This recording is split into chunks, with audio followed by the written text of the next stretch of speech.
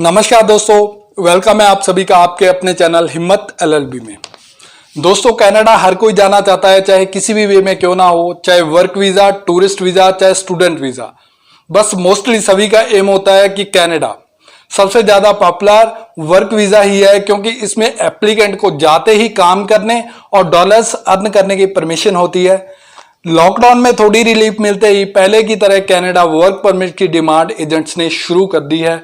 हमारे काफी व्यूअर्स के मैसेजेस और ईमेल्स आ रही थी कि उनको कनाडा के बारे में कोई जॉब ऑफर मिला है। सो आज वन बाय वन कुछ क्वेश्चंस के आंसर देने की कोशिश करेंगे। चलिए शुरू करते हैं।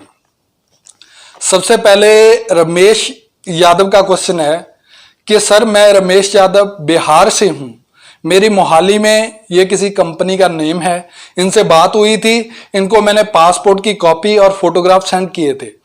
मुझे बोला गया है कि आपकी लीमिया अप्रूव हो गई है, आपको हमारे ऑफिस में आकर रजिस्ट्रेशन फीस 2500 और मेडिकल के 7000 रुपीज डिपॉजिट करवाने होंगे। मुझे फ्रूट पैकिंग का काम बोला गया है, सैलरी $3000 फूड और अकोमोडेशन कंपनी की तरफ से है। 100% वीजा है, क्या मुझे अप्लाई करना चाहिए? और आपको बता दें कि ऐसी ऑफर्स सिर्फ रमेश यादव को ही नहीं आई, जो कनाडा वीजा के लिए फेसबुक या किसी ब्लॉग पर अपना नंबर छोड़ देते हैं, उन सबको आती हैं।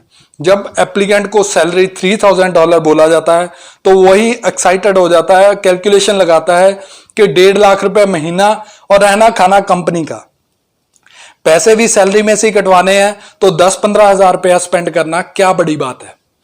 10-15 हजार से शुरू होकर कब एप्लीकेंट की जेब से लाखों रुपया निकल जाता है, एप्लीकेंट को फील भी नहीं होता है। एक से एक फर्जी पेपर्स, ऑफर लेटर्स दिखा के एप्लीकेंट को इतना कन्विंस करते हैं कि एप्लीकेंट अपने पेरेंट्स, रिलेटिव की सेविंग तक एजेंट के हाथों में सौंप देता है। जब और पैसा देने से एप्लीकेंट बेबस हो जाता है, तब कभी नंबर ऑफ, कभी ऑफिस ही बंद, तो कभी सिर्फ आगे की डेट्स। सो अभी एप्लीकेंट्स पूछते हैं कि सर, फिर कैसे समझा जाए कि सामने वाला बंदा सही है या गलत है? तो डियर, इसका आंसर बहुत इजी है, वो है आपकी कॉमन सेंस। आपको समझना होगा कि आपके अंदर ऐसा क्या स्किल है जो कनाडा जैसी कंट्री में किसी के पास नहीं है। जो food packing, chocolate packing, vegetable packing जैसी जॉब है, उसके लिए कंपनी को इंडिया से मोस्टली वर्कर हायर करने की ज्यादा जरूरत ही नहीं होती है, क्योंकि कनाडा में ऑलरेडी बहुत इंडियंस वैलिड वीजा पर हैं जो ऐसी जॉब्स सर्च कर रहे हैं। और अगर किसी वर्कर को इंडिया से बुलवाने की जरूरत पड़ती भी है तो लीमिया ऐसे ही कुछ ही दिन में आपकी इन्वॉल्वमेंट के बगैर इशू नहीं हो सकती है।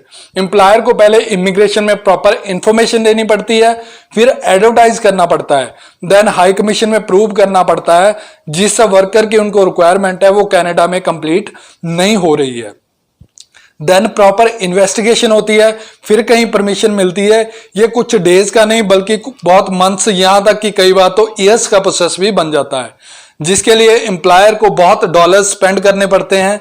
इन एजेंट्स का फंडा है डॉक्यूमेंट्स लो और लीमिया थमा दो एप्लीकेंट के हाथ में। सो डियर, कोई भी एम्प्लॉयर ऐसे कैसे आपकी इन्वॉल्वमेंट के बगैर आपके ऊपर इतने डॉलर्स पहले ही स्पेंड कर सकता है? क्या कभी सोचा है अगर एम्प्लॉयर ने आपकी इन्वॉल्वमेंट के बगैर डॉलर स्पेंड करके अगर पेपर इशू करवा भी दिए और बाद में आपने मना कर दिया, तो स्पेंड की हुई डॉलर्स की रिकवरी कहां से होगी? क्योंकि आपके नाम से इशू हुए पेपर किसी और वर्कर के नाम पे ट्रांसफर नहीं किए जा सकते, उसके लिए प्रोसेस फिर से रिपीट करना होगा। डियर, ऐसा नहीं है कि कनाडा के वर्क वीजा होते ही नहीं है, बिल्कुल होते हैं, बट उसके लिए एक प्रोसीजर होता है जो इन फर्जी एजेंट्स को भी प्रॉपर क्लियर नहीं होता है। सो ऐसे ही किसी की भी बातों में आकर अपना पैसा और टाइम वेस्ट मत कीजिए। अगर कोई एजेंट ऐसे ही कोई फर्जी पेपर दिखाकर पैसे की डिमांड कर रहा है तो आप दिए हुए व्हाट्सएप नंबर पर मैसेज करके जानकारी जान सकते हैं, सच्चाई जान सकते हैं, और किसी भी तरह के वीजा, इमिग्रेशन और लीगल मैटर से जुड़ी वीडियोस की नोटिफिकेशन सबसे पहले पाने के लिए चैनल को सब्सक्राइब करके बेल आइकन प्रेस कर दें। सो अवेयर रहें, खुश रहें, फर्जी एजेंट से बच के रहें। वीडियो वॉच करने के लिए धन्यवाद। Thank you. जय हिंद।